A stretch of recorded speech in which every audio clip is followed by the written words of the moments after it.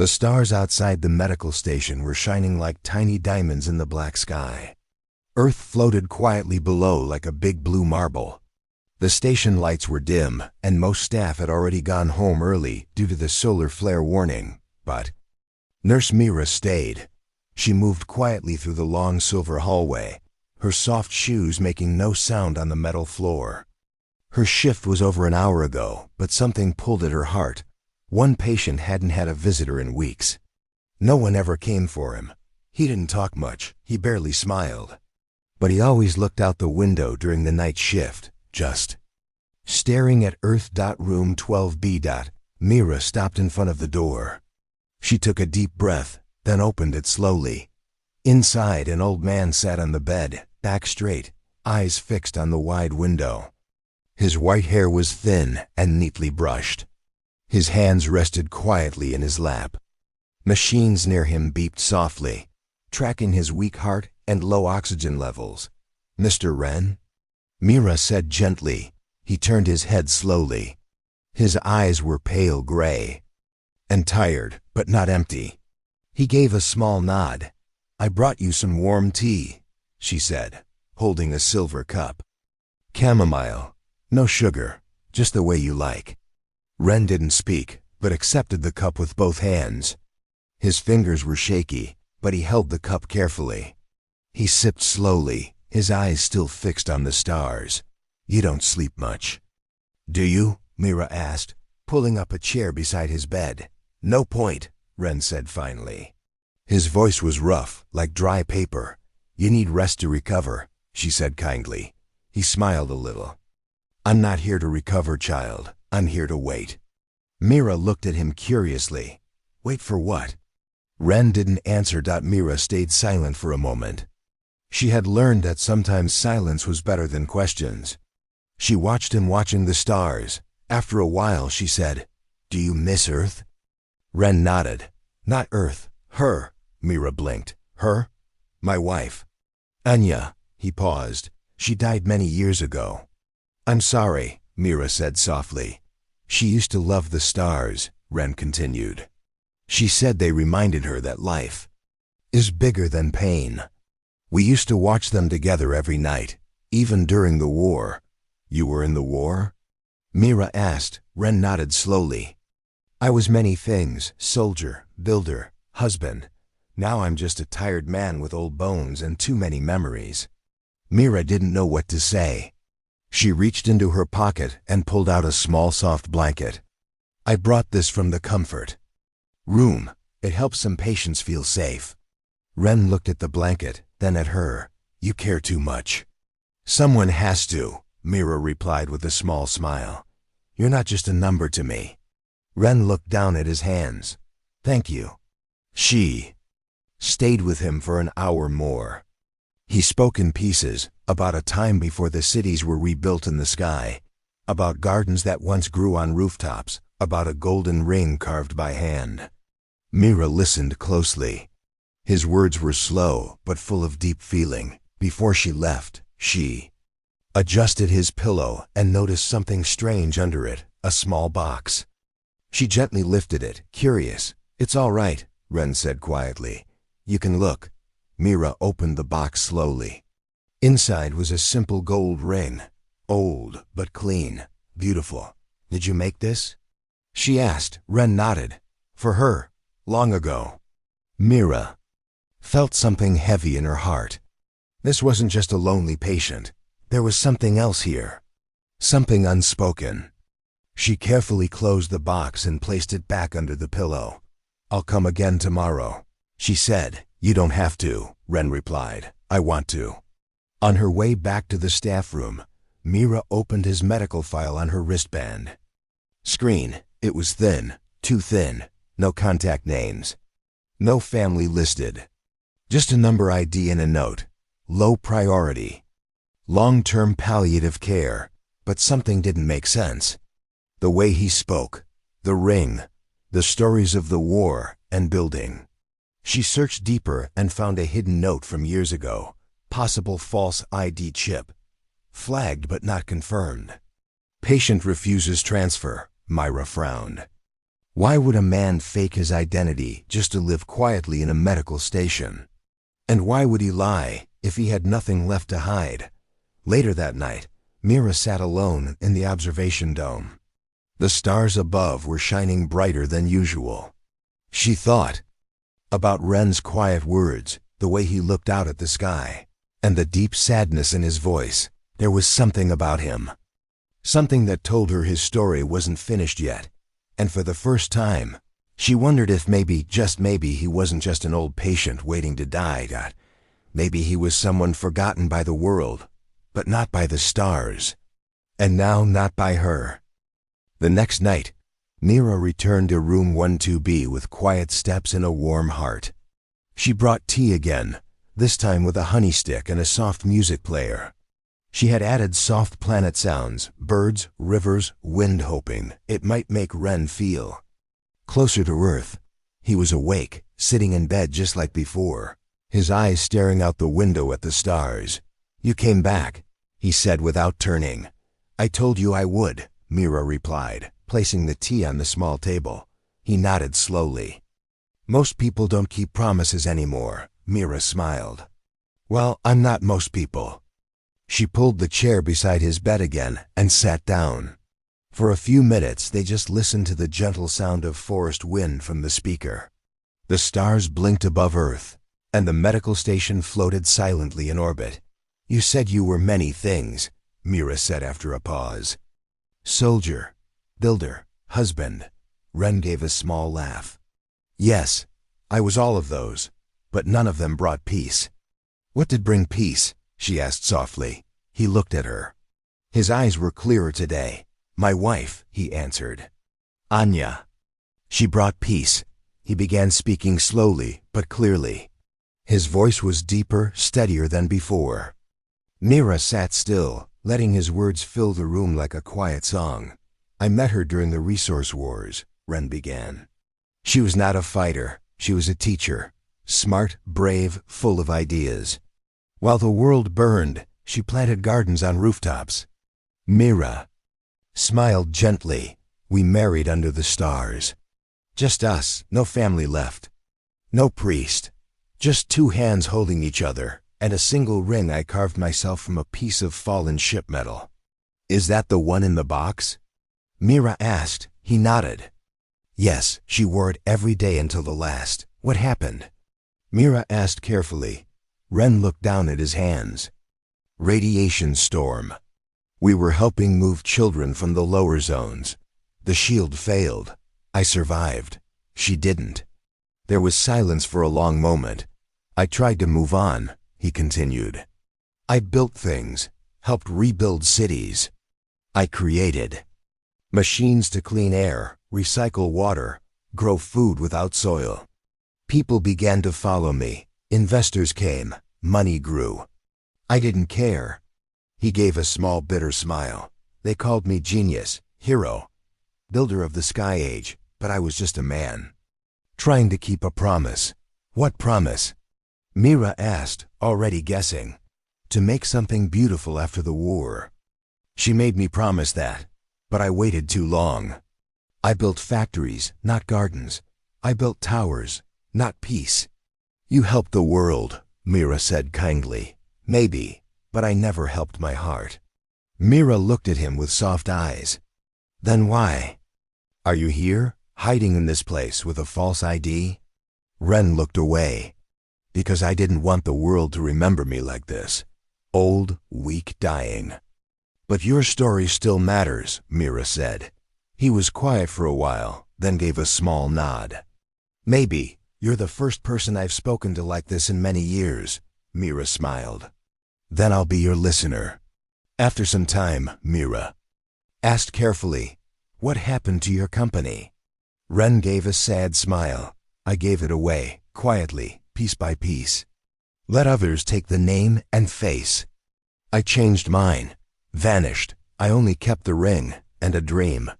To build a garden in space," Ren said, his voice soft now. "A place above the world where people could feel peace.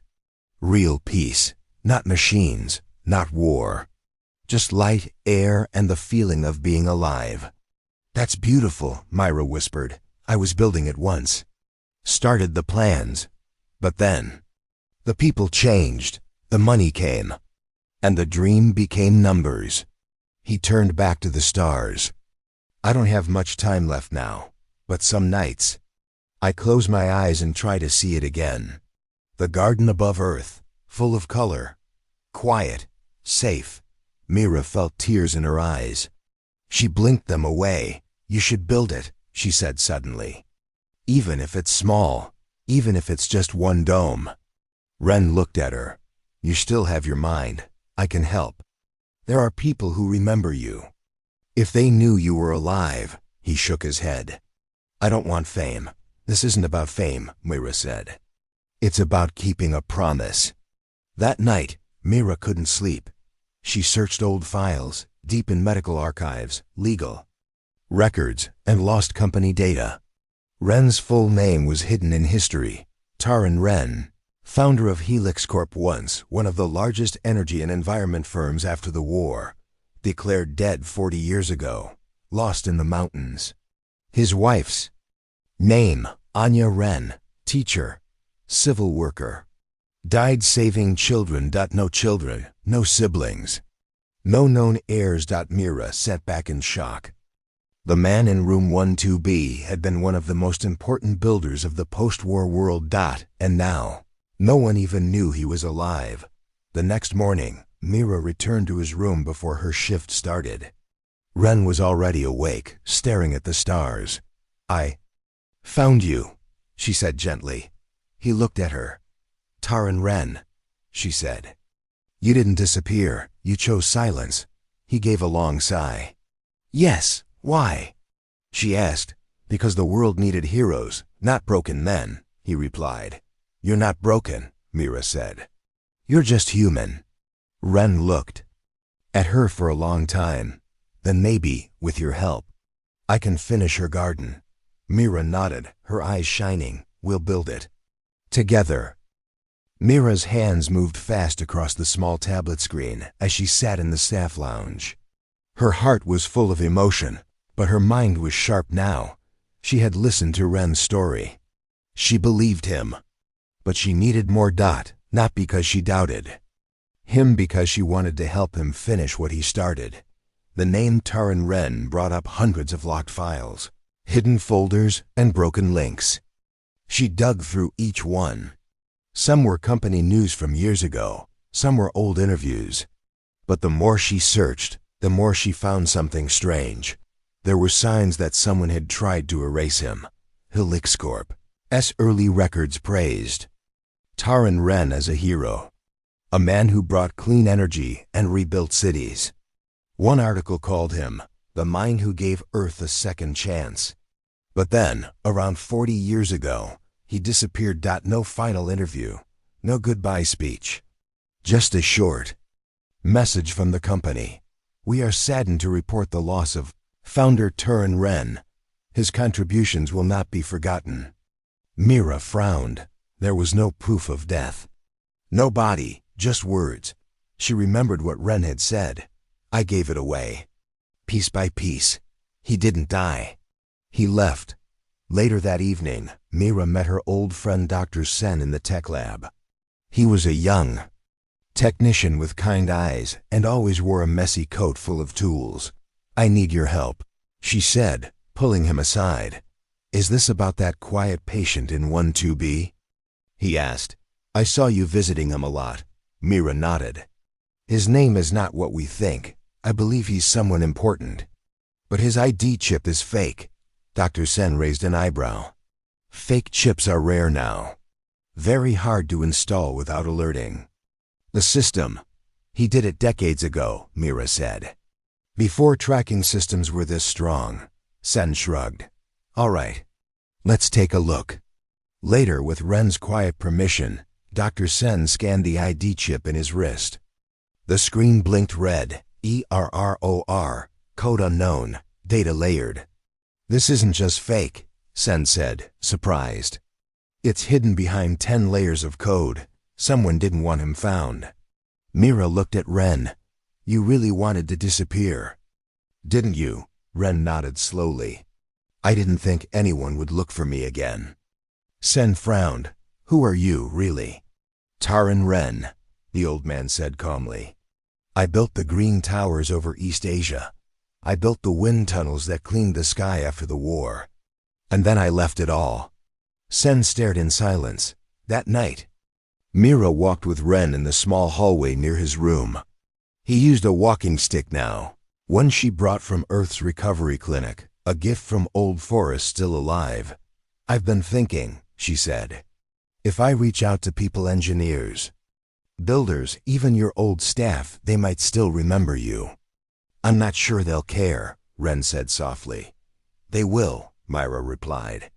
Not because of who you were, but because of what you still want to build. Ren looked at her with tired but hopeful eyes. You believe in this garden, don't you? I believe in promises, Mira said. The next day, Mira sent quiet messages across the solar network. She didn't say much, just a question. Do you remember the Sky Garden project? Did you ever work under Ren? Would you like to build something beautiful again? At first, there was no answer. Then, one by one, messages came back. I thought he died. If he's alive, I owe him my career. Ren helped me when I lost everything. He gave me a job when no one else would. If he wants to build again, I'm in. People still remembered old builders, retired engineers, gardeners from early Mars domes, even a few tech students who had studied his early blueprints. They came forward quiet, respectful, ready. Mira showed the messages to Ren. His hands shook as he read them. I thought they all forgot. You gave them hope once, Mira said. Now they want to give it back. With help from Dr. Sen and the medical station staff, Mira requested a small unused dome near the outer ring. It was normally used for research plants and oxygen studies, but it had space, light, air. And silence. Perfect for a garden. Ren's eyes lit up when he saw it through the viewing glass. It's small, he said, but it's a start, Mira replied. Let's begin with that. Ren began drawing again. His fingers were slower now, but still precise. He sketched trees with glowing leaves, flowers that floated in air. A bench made from repurposed ship metal like the ring, he called it. The promised dome. Mira spent her off hours sending updates to volunteers. They offered seeds, light panels, soil kits, and even art. One girl on Mars offered her robot bees. A boy from Europa Station sent color-changing vines. Bit by bit, the garden was taking shape. One evening, while checking the plans, Mira looked at Ren and asked, "What would Anya think of this?" Ren didn't speak at first. Then, with a quiet voice, he said she would cry, not from sadness but joy. Mira smiled. Then Ren added, "And she would tell me, don't forget the sunflowers. Always add sunflowers. Then we'll add sunflowers," Mira said. Ren touched the glass window with one hand. Outside, the stars shimmered. Earth glowed far below. "I never thought I would live to see this," he said. "You're not just seeing it," Mira said. "You're building it." And for the first time since she met him, Ren smiled fully. Not a sad smile. Not a tired one, a real one. The small dome near the outer ring of the medical station had changed. What was once an empty, cold space filled with broken machines and dust was now full of life. Light panels warmed the air with a golden glow. Soft soil beds had been added, holding the first green shoots. Water lines hummed quietly under the floor.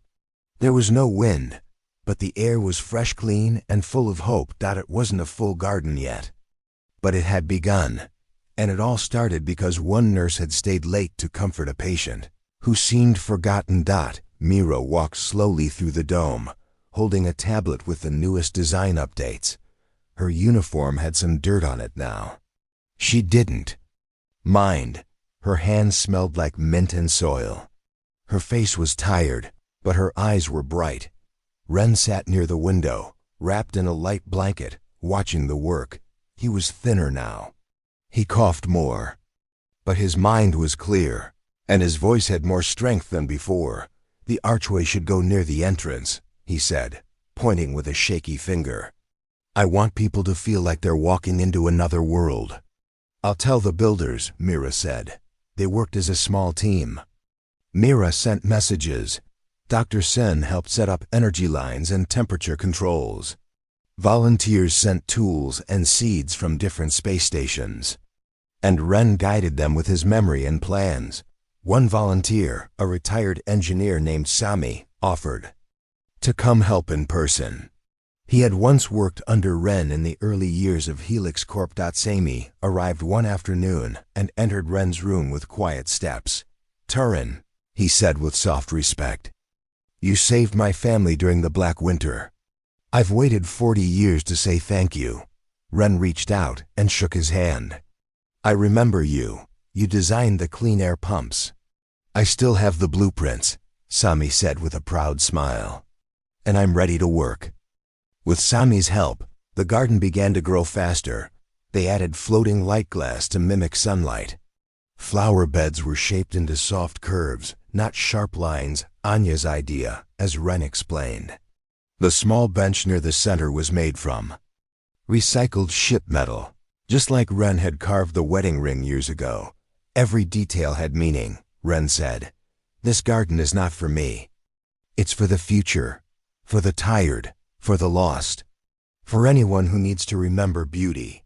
One day, Mira brought in a hologram photo cube.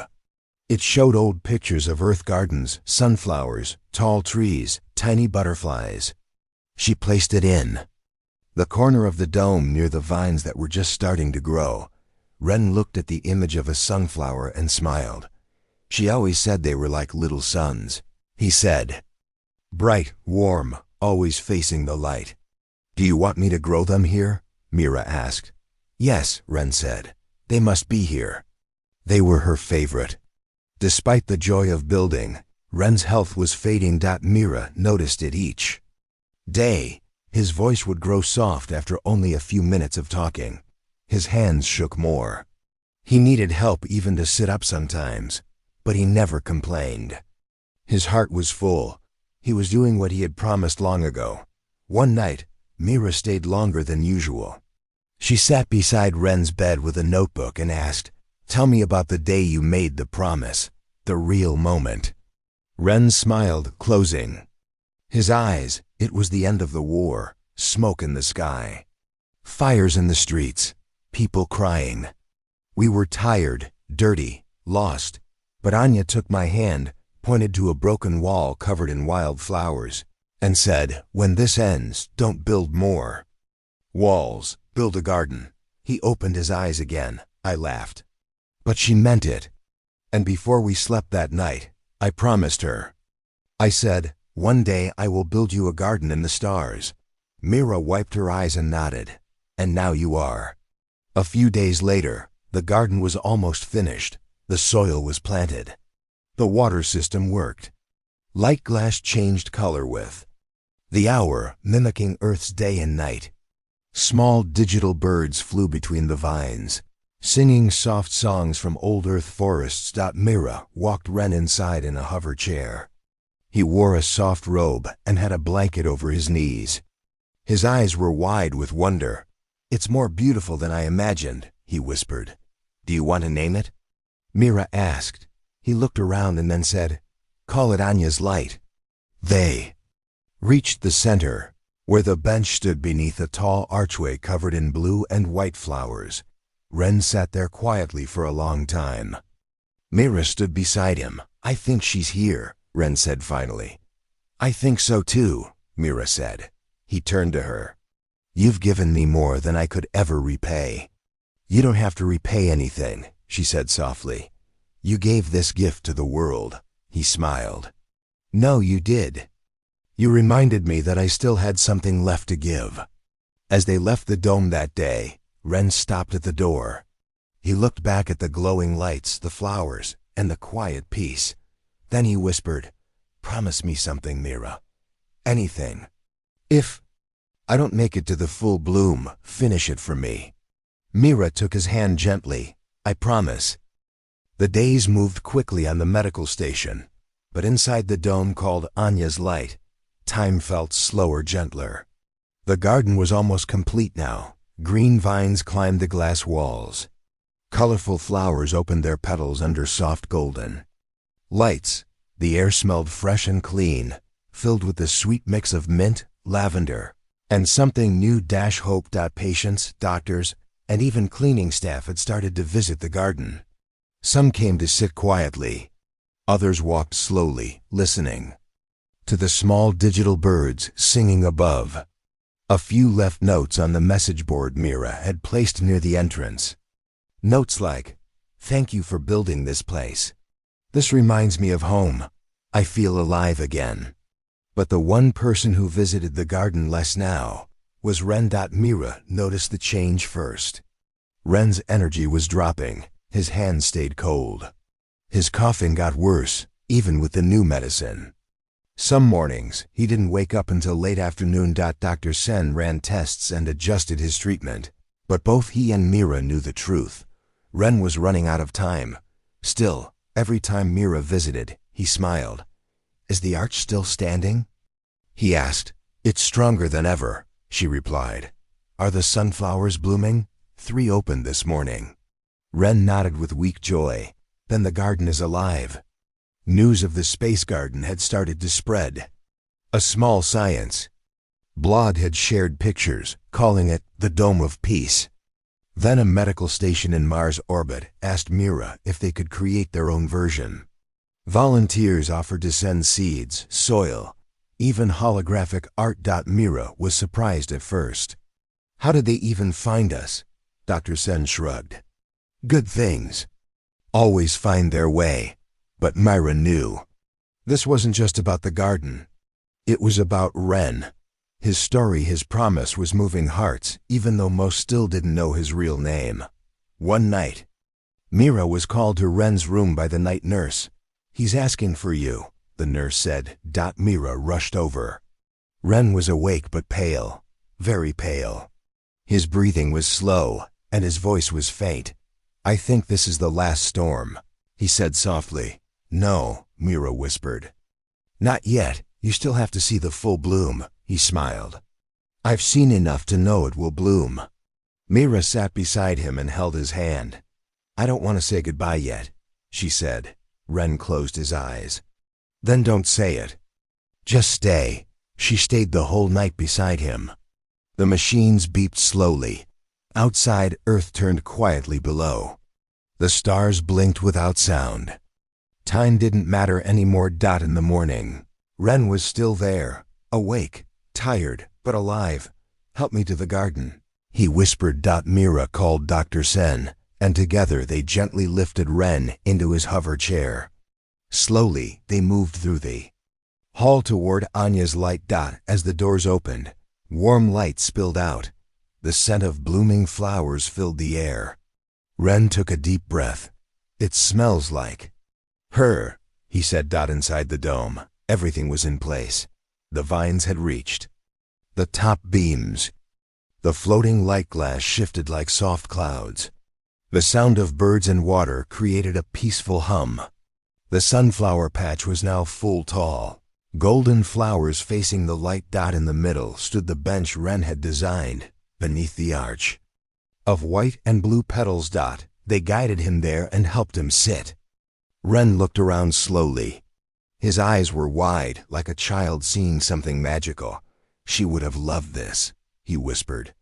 "Every part of it." Mira sat beside him. Dr. Sen stepped back quietly, giving them space. "I never thought I would feel peace again," Ren said. "But I do now." He reached into his robe pocket and pulled out the small box, the one that held the wedding ring. With trembling fingers, he opened it and placed the ring gently on the bench beside him. "This is where she belongs," he said. "Here, with the light, the flowers, and the silence." Mira felt tears in her eyes. "You kept your promise," she said softly. Ren smiled. "No, we kept it together." That afternoon, Ren asked Mira to record a message. She helped him sit straight and turned on the small camera from her tablet. He looked into the lens and began to speak. My name is Taran Ren. Years ago, I disappeared from the world. I ran from my pain, my past, and even my own name. But now I speak not as a builder or a leader or a rich man, but as someone who remembered a promise. He paused. My wife once asked me to build something beautiful when the war ended.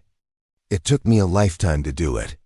But with the help of kind hands and a nurse with a brave heart, I finished what I started. He smiled at the camera. This garden is for all who are tired, lost, or alone. You are not forgotten. There is still peace to be found. The message was simple, but it spread fast. In just days, it was watched across space stations, moons, and floating colonies. The story of Anya's light touched thousands. People sent messages, letters, seeds, donations. Some even asked to visit. Myra showed the replies to Ren. He laughed quietly. All this because one nurse stayed late. Mira laughed too. Because one man never gave up on a promise. The dome called Anya's light was in full bloom now. Sunflowers stood tall and golden, facing the light glass sky. Blue and white petals covered the arch. Mint and lavender filled the air. The benches were warm under the soft glow of solar panels. And the digital birds sang peaceful songs as they flew between the vines. Every person who walked into the garden felt it. Peace, beauty, and something deeper. Like love. Taran Ren sat on the main bench wearing a simple white robe. A soft blanket was over his legs and a small cup of tea rested beside him. He looked tired, but calm. Mira stood beside him, holding a tablet. She had just finished reading the latest message. Another hospital wants to copy the garden, she said. They want your plans and the name. Ren smiled slowly. Let them have it. It belongs to everyone now. He reached out and took Mira's hand gently. You did this, he whispered. We did it together, she replied. He nodded. And now, I think it's time. Mira's heart sank a little. She had felt it coming. Each day, Ren grew weaker. His words slowed. His body grew still. But his spirit remained strong, still. The word goodbye was heavy. You don't have to go yet, she said softly. He looked at her with kind eyes. My journey is ending, Mira, but yours is not. You have more to build, more lives to touch.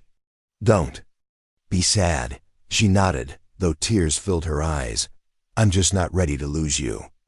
Dr. Sen walked into the garden then, carrying a small device to check Ren's vitals. He looked at the numbers. His face turned serious, but he smiled gently. You've done well, Mr. Ren. You've given something beautiful to the world. Ren gave a soft laugh. I gave a garden. But Mira gave me something better. What's that? Mira asked. Peace. The sun-like light in the dome shifted to a warm sunset color. The garden looked golden now, and the soft sounds of leaves rustling in the air gave a feeling of evening on earth. Ren closed his eyes for a moment. When I was young, he said slowly, I thought success was measured in numbers, buildings, wealth, but all I wanted was this. He opened his eyes again and looked around the dome. Just a quiet place. Just a promise kept. Mira sat beside him on the bench. She didn't speak. She just held his hand. The hours passed slowly. Visitors came to walk the garden. Some nodded respectfully to Ren. Others placed small gifts by the message wall notes. Tiny flowers, handmade drawings. A child gave him a drawing of a sunflower. Ren smiled at the child and whispered, Thank you. As night came over the medical station, the garden lights shifted again. Now the dome glowed in silver blue. Tiny lights floated above the flowers like stars. It felt like the sky had come down to earth. Ren looked up and whispered, Anya would have loved this. Mira squeezed his hand gently. She's here, she said. In every petal, every light. Ren gave one last smile. Then slowly, his head rested back against the bench. His breathing slowed. and then stopped. No sound broke the air. No alarms rang, just silence. A peaceful, quiet silence. Myra didn't cry right away. She sat still, holding his hand, staring at the soft glow of the garden. Then she looked at the ring still resting beside him, the one he had made for his wife, carved long ago from ship metal. She placed it gently in his hand and closed his fingers around it. Then the tears came. Dr. Sen returned quietly and checked Ren's pulse. He gave a short nod and whispered, "He's gone." Mira wiped her eyes. "No, he's home." The next morning, the news spread across the station. Taran Ren, the forgotten builder of the post-war age, had passed away in peace, surrounded by the garden he once promised to build. Mira was invited to speak on the broadcast. She stood in front of the camera, the garden behind her. She spoke simply. Taran Ren was a man of vision, but more than that, he was a man of love. He once made a promise to build something beautiful after the world broke. He kept that promise, even after many years of pain and silence. He taught us that it's never too late to create something good. She paused, and he showed me that kindness can change everything. Later that evening, Mira returned to the dome alone. She walked to the bench and sat in the same place they had shared. The ring still lay there. She picked it up and smiled.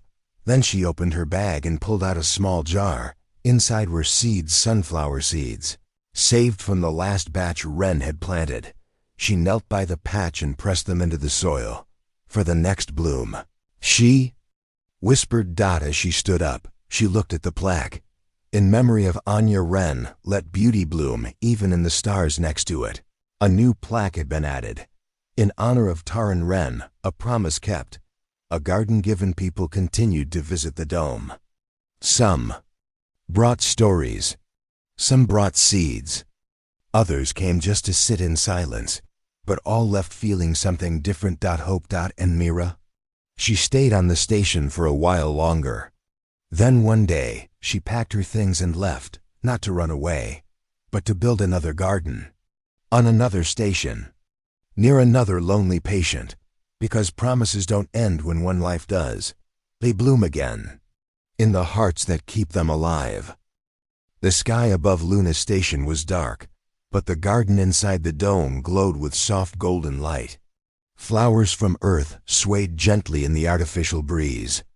People walked slowly through the paths, touching leaves, sitting on benches, and closing their eyes to feel peace. At the center of the dome stood Myra. She looked older, now not in years, but in spirit. Her eyes carried calm, like the quiet before a sunrise. Her hands were strong, covered in little cuts from soil, seeds, and plants. But her heart was full.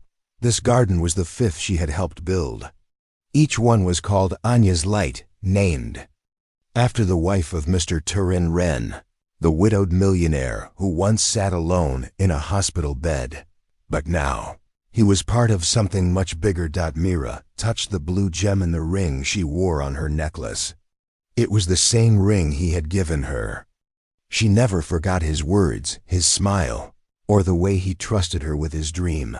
Let beauty grow where pain once lived, he had said, and that's exactly what she did. As she walked through the garden, she heard laughter.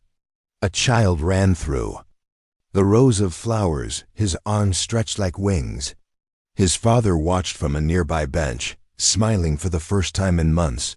Mira smiled too. This was why she stayed late. Why she sat by Mr. Ren's side. Why she listened when no one else did. Because small kindness can grow into something big, something that lasts. After her visit to the garden, Mira returned to her ship. She sat by the window and looked out at the stars. A message blinked on her screen. Construction begins on Europa Garden tomorrow. You are invited to lead the dedication. She nodded and replied, I'll be there. Then she sat back and closed her eyes. The stars outside looked peaceful. She remembered when she was a nurse with tired feet and long shifts. She had no idea then how one patient would change everything. But now, She was carrying his light forward. The next day, Mira landed on Europa Station. It was colder there, the halls made of white metal and blue glass. But even here, the dream of a garden was taking shape. Workers moved carefully, planting seeds in special soil. Machines placed light panels to mimic sunlight. And a small group of people gathered to watch the dedication. Mira stood in front of them. She wore a white coat, simple and clean. No medals, no ranks. Just a nurse still. She spoke with a soft voice. Long ago, in a quiet room, I met a man who had lost everything. But instead of giving up, he chose to leave behind something beautiful. She paused and looked around.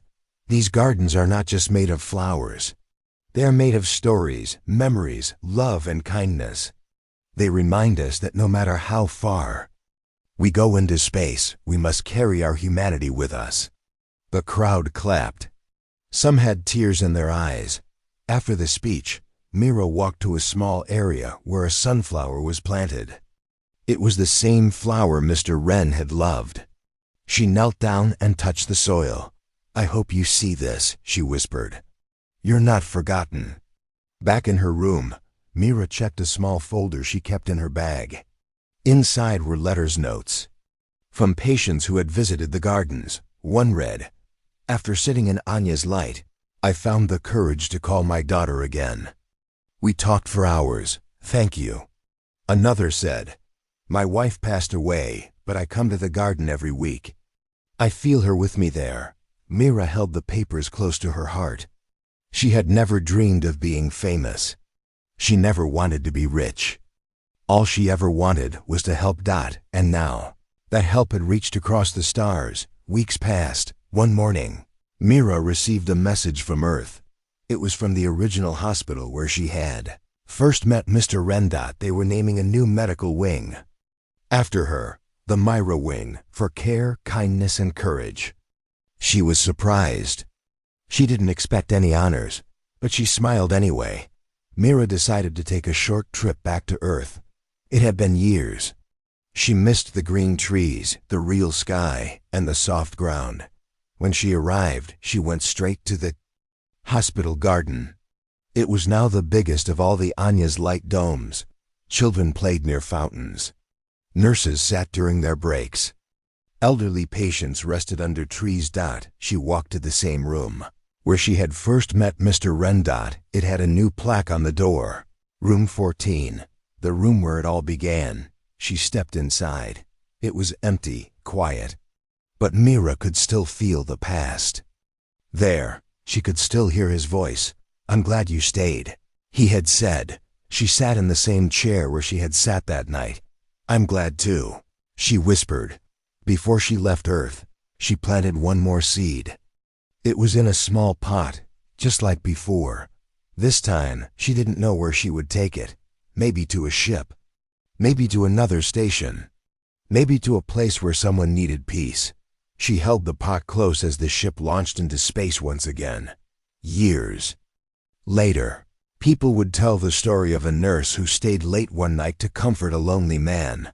They would say she had no idea. He was a millionaire. But that didn't matter, because she didn't stay for money. She stayed for kindness, and from that kindness, a garden grew. Not just on Earth, but across the stars.